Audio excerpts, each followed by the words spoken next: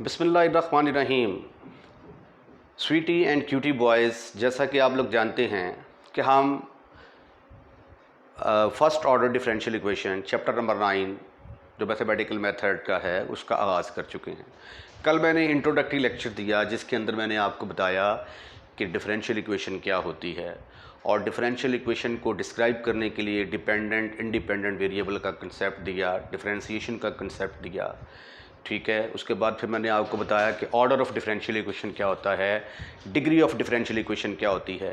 ये सारी चीज़ें हम कल वाले लेक्चर के अंदर डिस्कस करके आए हैं। अब हमारा ये जो चैप्टर है इसके अंदर हमने डिफरेंशियल इक्वेशन को सॉल्व करना है। तो डिफरेंशियल इक्वेशन को सॉल्व करने का मतलब क्या है, what are the meaning of that, कि हम डिफरेंशियल इक्वेशन को सॉल्व करेंगे। अब देखें, जब डिफरेंशियल इक्वेशन का हम नाम लेते हैं तो कल हमने डिसाइड किया कि डिफरेंशियल इक्वेशन एक ऐसी इक्वेशंस होती है जिसके अंदर डेरिवेटिव्स इन्वॉल्व होते हैं। तो अब जब हम इसका सलूशन निकालेंगे तो सलूशन निकालने का मतलब ये है कि उसके अंदर जो डेरिवेटिव्स हैं उन डेरिवेटिव्स को हम किसी तरीके से गायब करेंगे। और वो तरीका क्या है? तरीका सीधा सीधा इंटीग्रेशन का है, क्योंकि डिफरेंशिएशन और इंटीग्रेशन एक दूसरे के इन्वर्स हैं। तो इसलिए जो है डिफरेंशिएशन को ख़त्म करने के लिए इंटीग्रेशन का इस्तेमाल करेंगे। और इंटीग्रेशन जो है उसके ऊपर ग्रिप होना जो है वो बड़ी ज़रूरी है। अगर आपकी इंटीग्रेशन के ऊपर ग्रिप है तो ये चैप्टर जो है ना ये सॉल्व करना इंतहाई आसान है। इसके अंदर इंटीग्रेशन यूज़ होती है लेकिन वो इतनी भी हायर लेवल की या मुश्किल लेवल की इंटीग्रेशन नहीं है। ठीक है, अगर सिंपल लेवल की भी इंटीग्रेशन आपको आती है लेकिन आनी चाहिए तो then this chapter is very simple, very easy for you.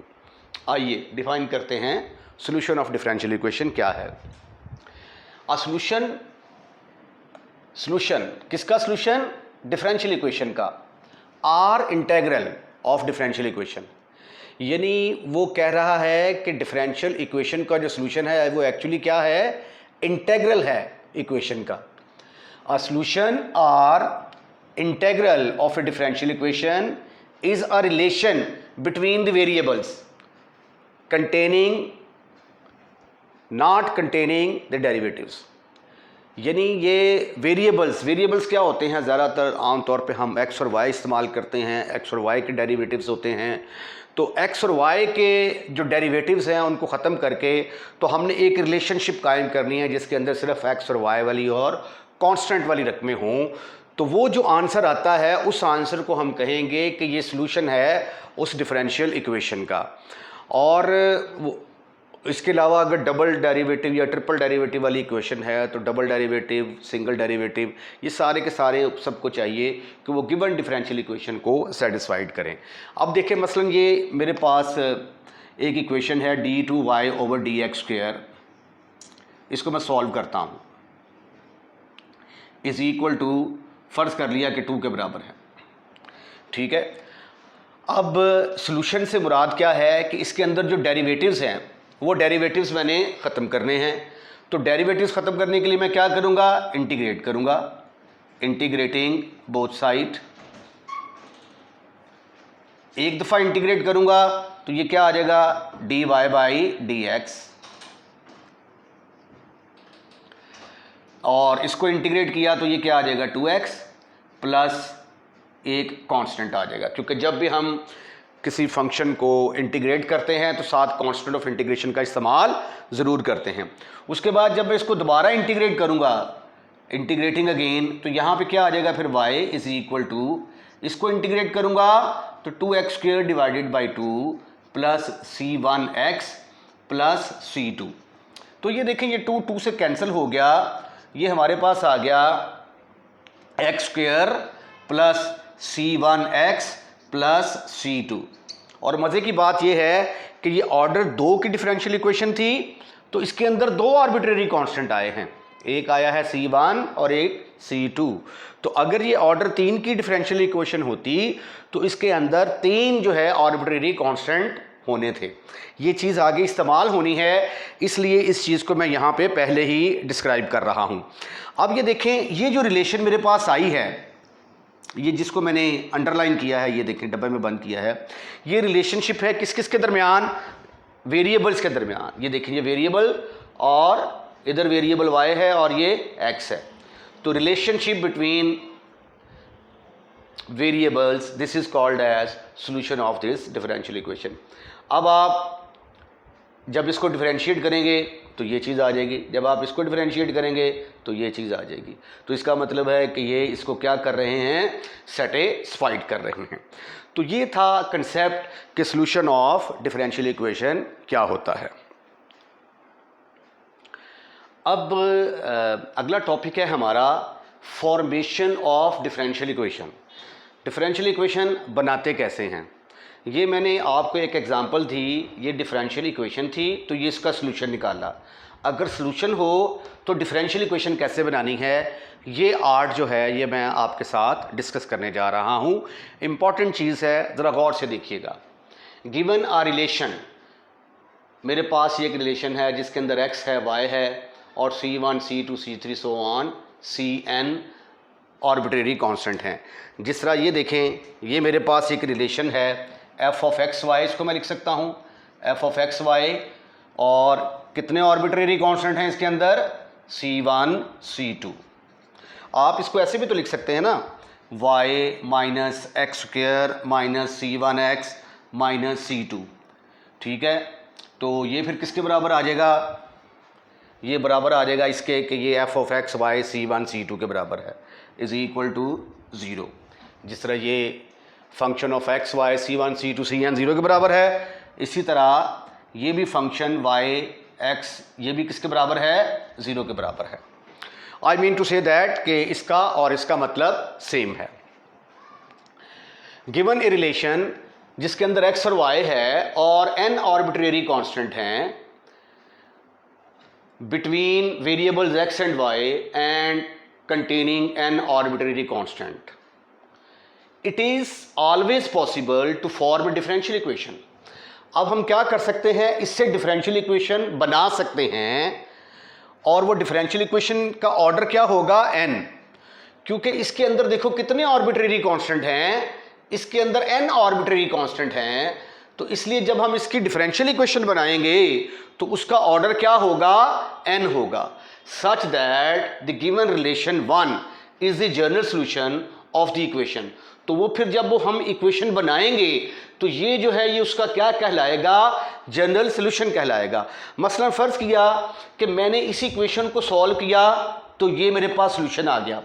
अब मैं इसकी मदद से इसको बनाऊंगा तो इसका मतलब है अगर मैं इसको सॉल्व करके ये ले आऊं तो इसका मतलब है कि ये फिर क्या है, इसका सॉल्यूशन है। तो वो यही बात कर रहा है कि जब आप इसकी डिफरेंशियल इक्वेशन बना लेंगे और उसका ऑर्डर कितना होगा, n, तो वो जो differential equation of order n बनेगी ये उसका क्या होगा, सॉल्यूशन होगा। अब मैं ये देखें, फॉर एग्जांपल इसी एग्जांपल को लेके चलता हूं मैं, y is equal to x square plus C1x plus C2। इसकी मैंने डिफरेंशियल इक्वेशन बनानी है।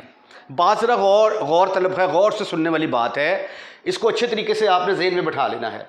अब इसके अंदर ये देखें, आपने अगर n आर्बिट्रेरी कांस्टेंट हैं तो ऑर्डर n वाली डिफरेंशिएट n दफ़ा डिफरेंशिएट करेंगे और आर्बिट्रेरी कांस्टेंट को एलिमिनेट करेंगे, यानी जवाब के अंदर C1 C2 C3 so on Cn नहीं आने चाहिए। तो इसलिए जब मैं इसकी डिफरेंशियल इक्वेशन बनाऊंगा तो इसकी डिफरेंशियल इक्वेशन के अंदर C1 और C2 नहीं आने चाहिए, राइट। अगर आ जाएंगे तो उनको मैंने एलिमिनेट करना है। एलिमिनेट करने के method step by step different questions के अंदर डिस्कस करते जाएंगे हम। आइए अब हम इसकी डिफरेंशियल इक्वेशन बनाते हैं। इसको मैं डिफरेंशिएट करता हूं विद रिस्पेक्ट टू x, तो ये आ गया dy by D x is equal to 2x plus C1, C2 को डिफरेंशिएट करेंगे तो 0 आ जाएगा। डिफरेंशिएट अगेन, दोबारा डिफरेंशिएट करें तो d2y ओवर dx स्क्वायर किसके बराबर आ गया, 2 के बराबर आ गया। तो ये देखें, ये मेरे पास एक रिलेशन थी जिसके अंदर x और y था और कुछ आर्बिट्रेरी कांस्टेंट थे। जितने आर्बिट्रेरी कांस्टेंट थे उनको उतनी ही दफ़ा डिफरेंशिएट करके मैंने एक डिफरेंशियल इक्वेशन बना ली। अब ये जो रिलेशन है, ये रिलेशन इसका सॉल्यूशन कहलाएगी, जैसा कि हमने पिछली वाली एग्जांपल के अंदर साबित किया है। तो अब जो बात याद रखने वाली है वो ये है कि इक्वेशन के अंदर आपने सबसे पहले अगर डिफरेंशियल इक्वेशन बनानी है आपने, तो सबसे पहले आपने ये देखना है कि उसके अंदर आर्बिट्रेरी कांस्टेंट की तादाद कितनी है।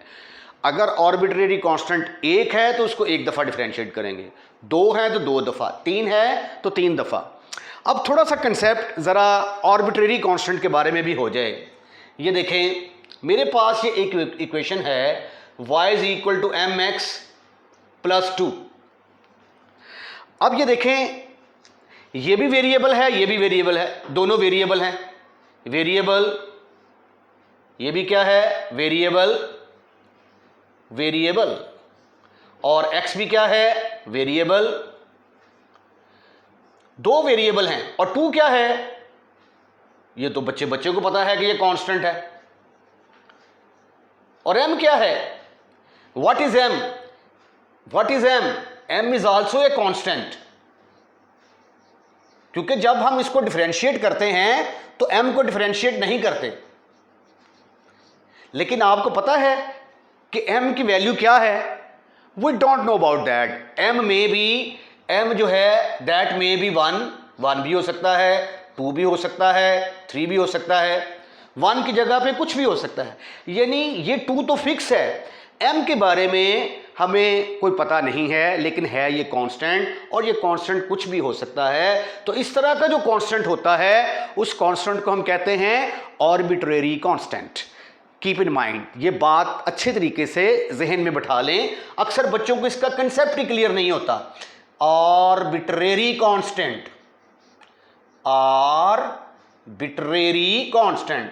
तो m यहां पे क्या है, m है हमारा arbitrary constant. 2 simple constant, x और y क्या हैं, वेरिएबल्स हैं। तो ये कंसेप्ट था कि डिफरेंशियल इक्वेशन का सॉल्यूशन क्या होता है, डिफरेंशियल इक्वेशन कैसे बनाई जाती है। अब हम कुछ एग्जांपल्स की तरफ मूव करते हैं। आइए एग्जांपल डिस्कस करते हैं।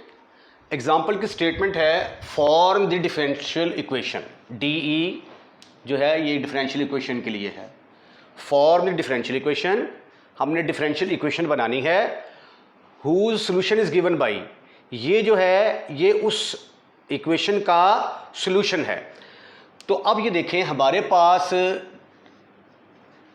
सॉल्यूशन दिया हुआ है, हमने डिफरेंशियल इक्वेशन बनानी है।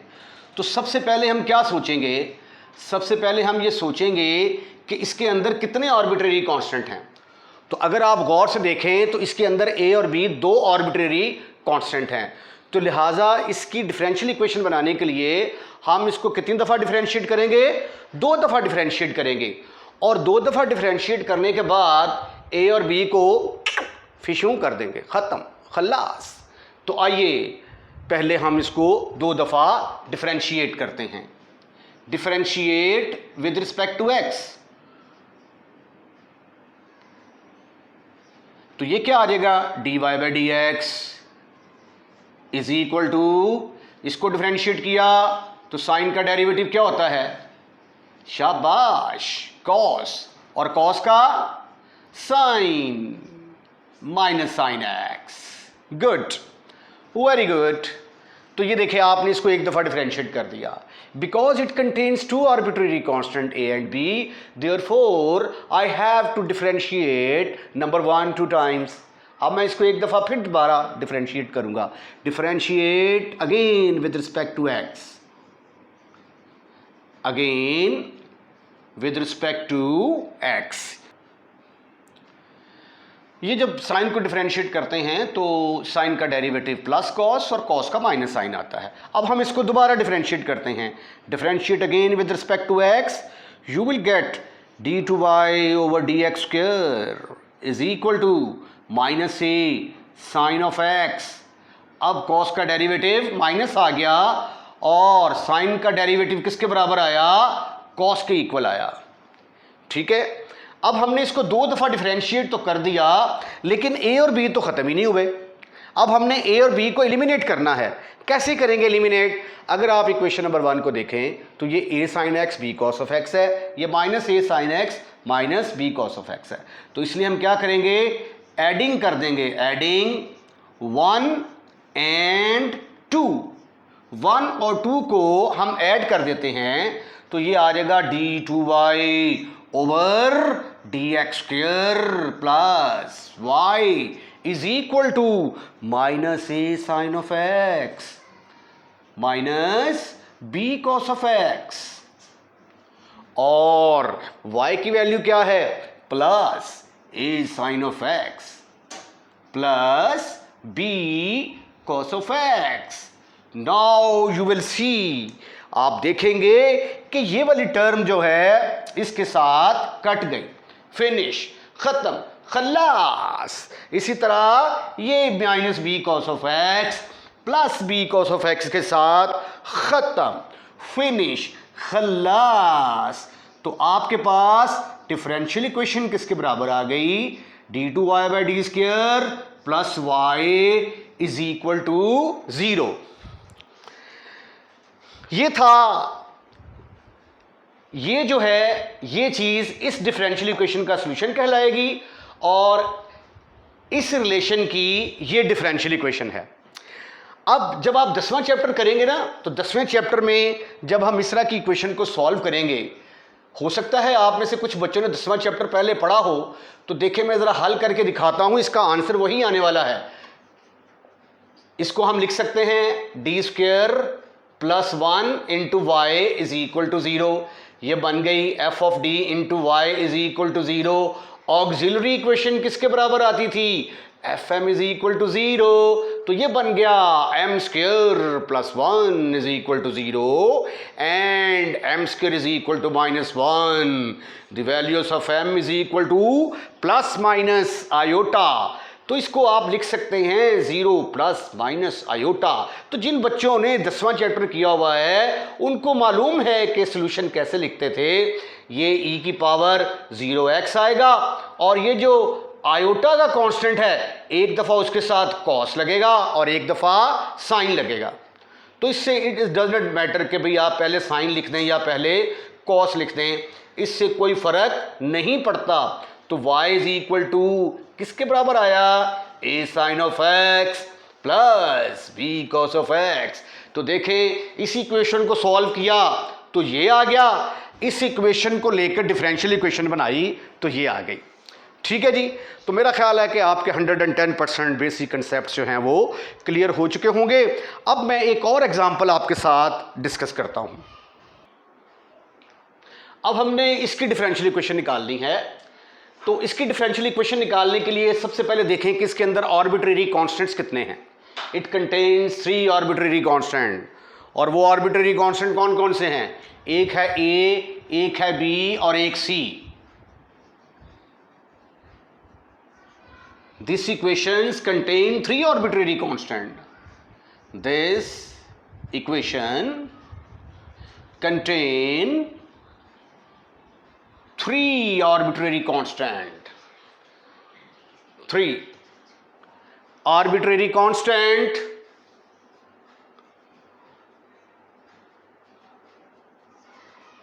वो 3 arbitrary constant कौन कौन से हैं, A, B, C. A, B, C. Therefore, we have to differentiate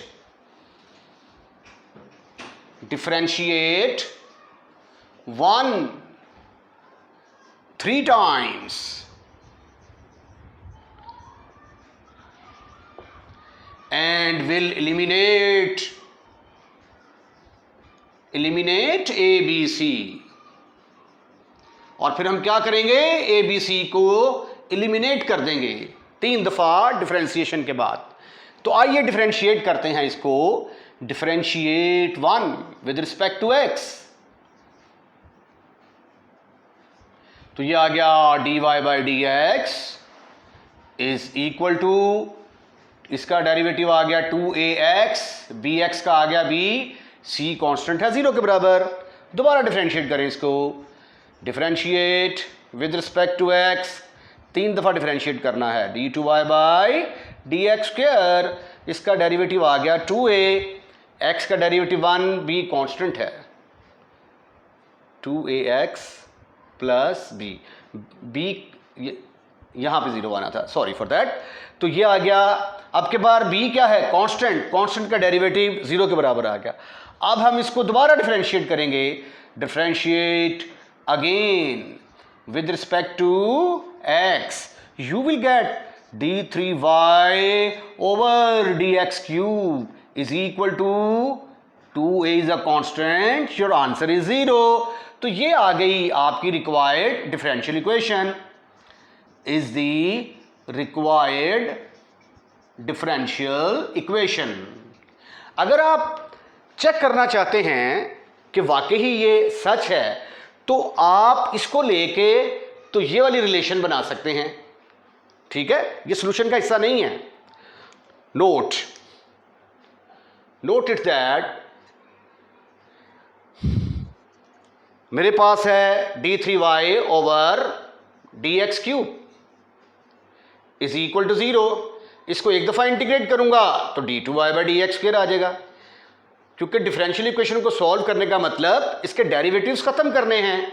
तो 0 यहाँ पे कांस्टेंट आ गया 1, ठीक है। 0 का डेरिवेटिव 0 प्लस सम कांस्टेंट, तो वो कांस्टेंट ये आ गया।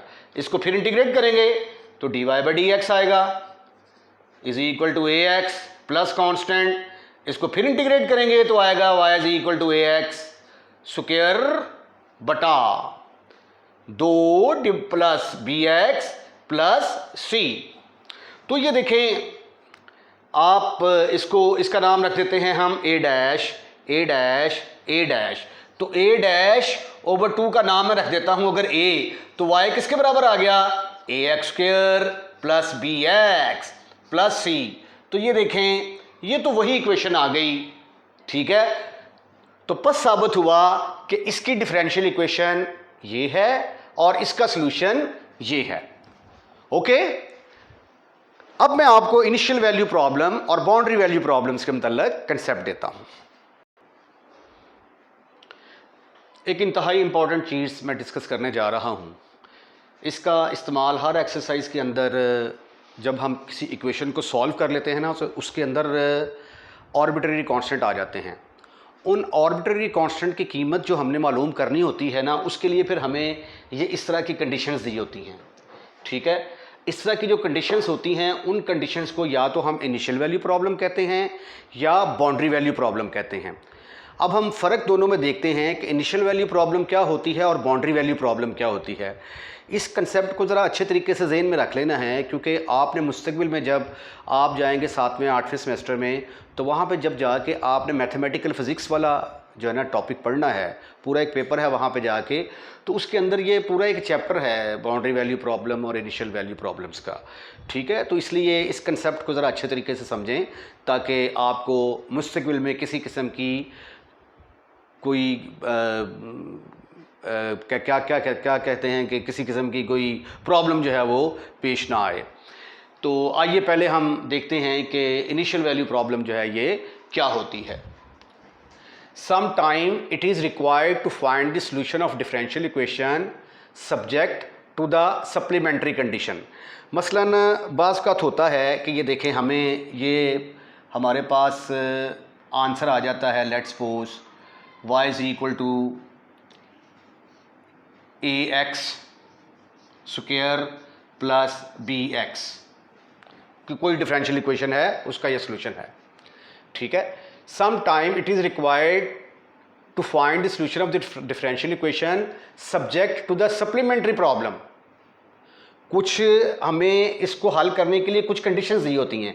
ये हमने पहले हल तो कर लिया, ये हमारा आंसर आ गया। उसके बाद फिर कुछ कंडीशंस दी होती हैं जिन कंडीशंस के तहत हमने ए और बी की वैल्यूज़ फाइंड आउट करनी होती हैं। मसलन कंडीशन जो है y, वो कह देता है जी, पहली कंडीशन है y1 इज़ इक्वल टू 2। तो इसका मतलब क्या है कि जब x 1 है तो y की वैल्यू 2 है, जब x इज़ इक्वल टू 1 तो y की वैल्यू 2। वो जब आप यहाँ पे पुट करेंगे तो ये आ जाएगा x की जगह पे 1 और y की जगह पे 2, तो ये आ जाएगा a प्लस बी। फिर वो अब ये देखें, यहाँ पे x 1 है ना, तो अगली कंडीशन में भी x की वैल्यू चेंज नहीं होगी, ये 1 ही रहेगी। y dash 1 is equal to, फ़र्ज़ किया वो कह देता है जी 1, ठीक है, तो अब y डैश कैसे आएगा, इसको डिफरेंशिएट करेंगे। y dash is equal to 2ax plus b आ गया। अब इसका मतलब क्या है, y डैश 1 का मतलब कि at x is equal to 1 y की वैल्यू 1 है, y डैश की वैल्यू 1 है, तो y डैश की जगह पे 1, तो 2a प्लस b आ गया। ठीक है, अब ये दो इक्वेशनें आ गई हैं, इसके अंदर a और b मौजूद है, इनको आप हल करके a और b की वैल्यूज़ निकाल सकते हैं। मसलन ये देखें, हमारे पास है 2 is equal to a plus b और 1 is equal to 2a plus b। मैंने इनको सब्ट्रैक्ट किया तो मेरे पास आ गया 1 is equal to minus a, तो a की वैल्यू किसके बराबर आ गई, -1। a की वैल्यू -1 मैंने ऊपर पुट की तो -1 प्लस b, तो b किसके बराबर आ गया, 3 के बराबर। तो a इज इक्वल टू 1, जब आप इसको हल करेंगे a is equal to -1, a is equal to -1 और b is equal to 3, a is equal to -1, b is equal to 3। तो ये फिर मेरे पास सॉल्यूशन आ गया -x² प्लस 3x। तो ये देखिए, सॉल्यूशन को निकालने के लिए जो है ये हमें कुछ कंडीशंस दी जाती हैं, जिसका उसने ये जिक्र किया है। Some time it is required to find the solution of differential equation subjected to the supplementary condition. ये क्या है, सप्लीमेंट्री कंडीशन है। अगर सप्लीमेंट्री कंडीशन इस तरह की हो कि ये देखें x की वैल्यू दोनों सूरतों में सेम है, अगर दोनों सूरतों में सेम है तो फिर उसको हम कहते हैं कि ये इनिशियल वैल्यू प्रॉब्लम है। अगर ये यहाँ पे x0 है, यहाँ पे x1 है, अगर ये x की वैल्यू डिफरेंट है तो फिर हम इसको क्या कहेंगे कि ये बाउंड्री वैल्यू प्रॉब्लम है। सी द डिफरेंस, यहाँ पे x की वैल्यू सेम, x की वैल्यू सेम, यहाँ पे x की वैल्यू और यहाँ पे और, तो अगर x की वैल्यू डिफरेंट होंगी तो उसको हम कहेंगे बाउंड्री वैल्यू प्रॉब्लम। अगर x की वैल्यू सेम तो initial value problem. Boundary value problem को जरा देखें क्या कहता है वो, the problem of finding the solution of the differential equation such that all the associated supplementary condition relate to the two different value of the independent variables, two different values of the independent variable is called the two point boundary value problem or simple boundary problem हम इसको कहेंगे। तो इसमें independent variable की values दो हैं, उसके अंदर एक है। तो this was the idea, what is initial condition and what is the boundary conditions. आप में से जिन लोगों ने 10वां चैप्टर किया हुआ है उनको पता होगा, वहाँ पे हम कभी कभी किसी क्वेश्चंस के अंदर a और b की वैल्यूज़ निकाला करते थे, और सेम टाइप की चीज़ें जो है ये हम इस चैप्टर के अंदर भी डिस्कस करेंगे। इसके साथ ही आज का लेक्चर मैं यहीं पे वाइंड अप करता हूँ। अगर आपको हमारा लेक्चर पसंद आया है तो हमारा चैनल सब्सक्राइब करना मत भूलिएगा। अपना ख्याल रखिएगा। अल्लाह हाफिज़।